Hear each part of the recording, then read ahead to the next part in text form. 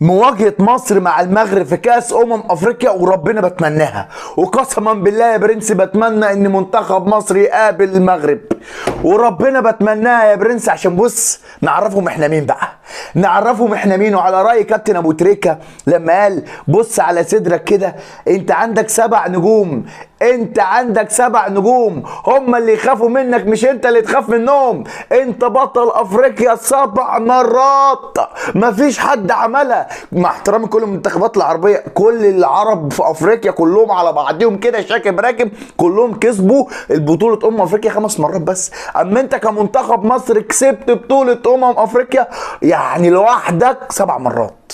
ماشي. النهارده مصطفى محمد بيرد على تصريحات وناحة ولا فلاحة ده، ماشي. قال لك ايه؟ بص يعني عجبني واد مصطفى، والله عجبتني يا درش. صحفي بيسأل مصطفى محمد على تصريحات عز الدين وناحة ولا فلاحة دوت، فبيقول له ايه رايك في التصريحات؟ قال له انا ما سمعتهاش، ولكن لو هو قال كده احنا عندنا 7، احنا عندنا 7 بطولة افريقيا كسبانين 7 يا جدع، اعقلها، كسبانين 7 بطولة افريقيا. مفيش فيكي بلد يا افريقيا حقق كاس افريقيا 7 مرات. فما نجيش يعني ما تجيش تنكشني، يعني ما تحاولش انك ترازيني، هترازيني هرازيك. فانا في الجد ما بعرفش حد، منتخب مصر في الجد ما بنعرفش حد، ماشي. مع احترامي لاخواتي المغاربه، ماشي، يعني منتخب المغرب عمل انجاز كبير في كاس العالم، ولكن في افريقيا ليها كبير، افريقيا ليها كبير، عشان نبقى متفقين يعني، ماشي. فقال لك مصطفى محمد ان وعز الدين النحل قال كده، فاحنا حققنا 7 القاب.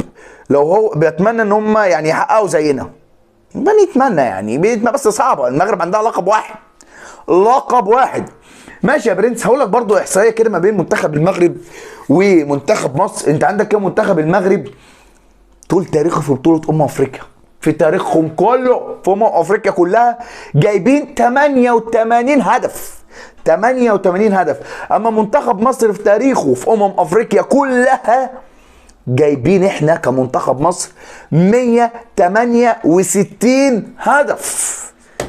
يا جدعان مفيش مقارنه يا جدعان، ورب الكعبه ما في مقارنه، وربنا ما فيش مقارنه يا جدعان، يعني ما ينفعش ما فيش وجه مقارنه. احنا في افريقيا ما فيش وجه مقارنه يا جدعان. احنا لولا الحظ كان مخبط معانا في الكام نهائي اللي احنا رحناهم دول، احنا كنا زماننا فرقنا سنين ضوئيه.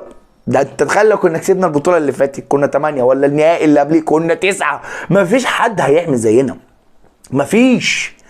احنا في افريقيا كرة قدم مصر الاولى، اهلي وزمالك بقى، واللي هي الكرة المصرية دي كلها الاولى في افريقيا، عشان نبقى متفقين يعني. احنا الدنيا خبطت معانا شوية، ولكن هنفضل احنا اسياد افريقيا، مع احترامي لاي حد بقى في افريقيا دي وفي الكرة كلها، عشان نبقى متفقين.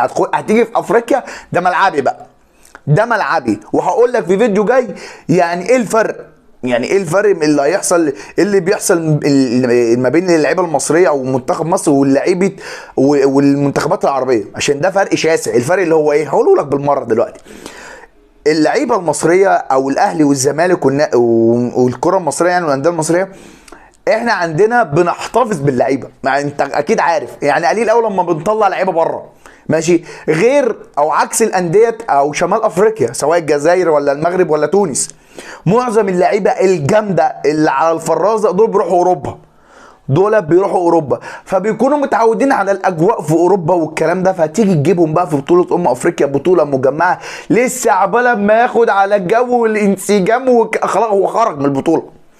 اما انت كلاعب مصري او اهلي او زمالك انت متعود ليل نهار بتلعب في افريقيا، متعودين على ليه. هي دي النقطه، هي دي الفرق.